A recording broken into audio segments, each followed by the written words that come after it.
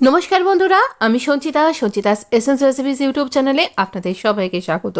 আজকে তৈরি করে দেখাবো কাছের পায়েস। হ্যাঁ, এটাকে এই নামেই কিন্তু সবাই বলে। আসলে এই পায়েসটা অনবদ্য স্বাদের হয়, যেটা আপনি উপোসের দিনেও খেতে পারবেন। আর এটা হচ্ছে সাবুদানার রসমালাই। হ্যাঁ, সাবুদানার রসমালাই একদম তৈরি করা সহজ। আপনার কাছে পুজোর দিনে পুজো করা তো অবশ্যই দরকার, আর সেই সময় আপনার কাছে সময় বেশি থাকে না, অথচ আপনি উপোস করে থাকেন, আর আপনার অনেক বেশি খাটাখাটনিরও দরকার নেই। অথচ এই সময় যদি আপনি সাবুদানার এরকম রসমালাই বানান, অত্যন্ত সুস্বাদু হবে, খুব তাড়াতাড়ি হবে। আমরা নিচ্ছি ছোট দানার সাবু, একদম ঝিরিঝিরি যে দানাগুলো হয় সাবুদানার, আর এটা এত পরিষ্কার, দেখুন কোথাও কোনো ধুলোবালি নোংরা নেই, খুব পরিষ্কার এই সাবুদানাটা। যাই হোক, তবুও আমাদের ধুয়ে নিতে হবে। আমরা এখানে এই ছোট সরু দানার একদম সাবুটা নিয়েছি। এতে রান্নাটা অনেক তাড়াতাড়ি হবে, খুব সহজে খুব তাড়াতাড়ি করে তৈরি হয়ে যাবে।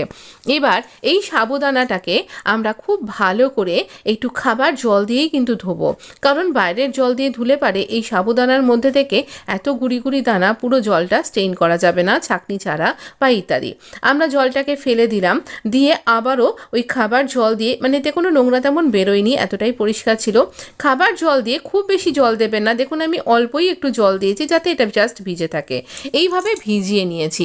এবার কড়াইটা নিয়েছি, কড়াইটার মধ্যে একটু জল দিলাম যাতে আমার দুধটা আটকে না যায়। এবারে দেব 500 মিলিলিটার একদম ফুল ফ্যাট মিল্ক। এই ফুল ফ্যাট মিল্ক কিন্তু অবশ্যই দেওয়াটা দরকার, তবেই কিন্তু এই ক্ষীরের স্বাদটা খুব ভালো আসবে।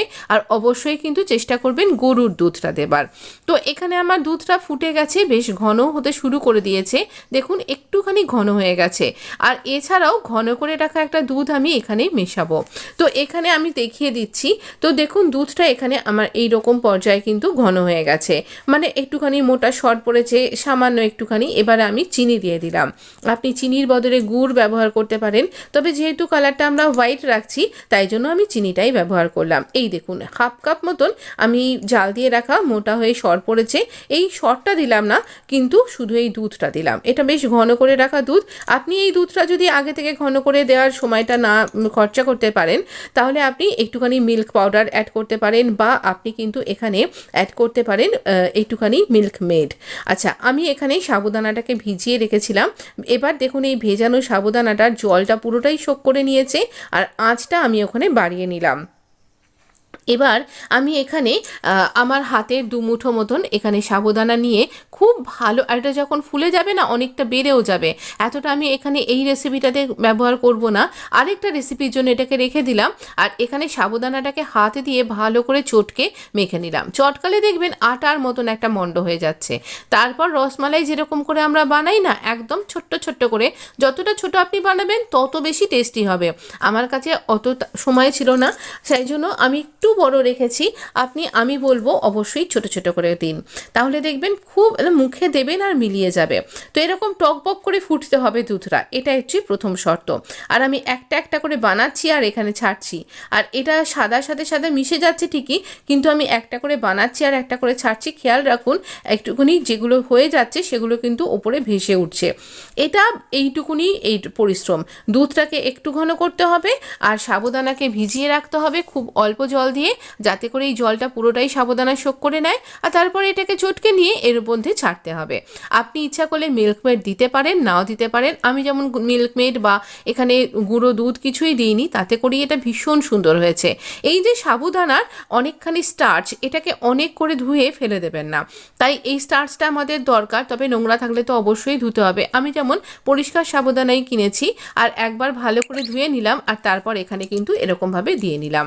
আর এখানে এটা টকবক করে ফুটতে হবে, টেম্পারেচারটা হাই রাখতে হবে আপনার দুধটার। এরকম করে মোটামুটি আমি যতক্ষণ পর্যন্ত দিয়েছি ততক্ষণ অবধি তো এটা ফুটবেই, তারপরও আরও কিন্তু 10 মিনিট মতন এটা ভালো করে ফুটবে। যদি দেখেন আপনার দুধটা কমে যাচ্ছে, তখন আবার একটুখানি দুধ এর সাথে মেশাতে পারেন, তবে খুব বেশি দুধ মিশিয়ে পাতলা করে দেবেন না। তলাটা যেন লেগে না যায় সেটা খেয়াল রাখতে হবে।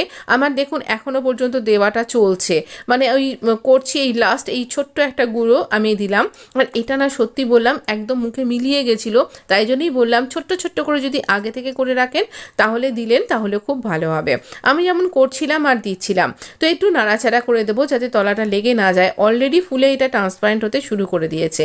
আর এবার দেখুন এগুলো একদম সবকটাই যখন দেখবেন ভাসছে আর সবকটারই কালার ট্রান্সপারেন্ট হয়ে গেছে, তাহলে 10 মিনিটও নয়, আপনার টেম্পারেচার অনুযায়ী, এখান তো টেম্পারেচার একটু বেড়েও গেছে, তো তাহলে দেখবেন এটা কিন্তু আরও বেশি তাড়াতাড়ি হয়ে যাবে।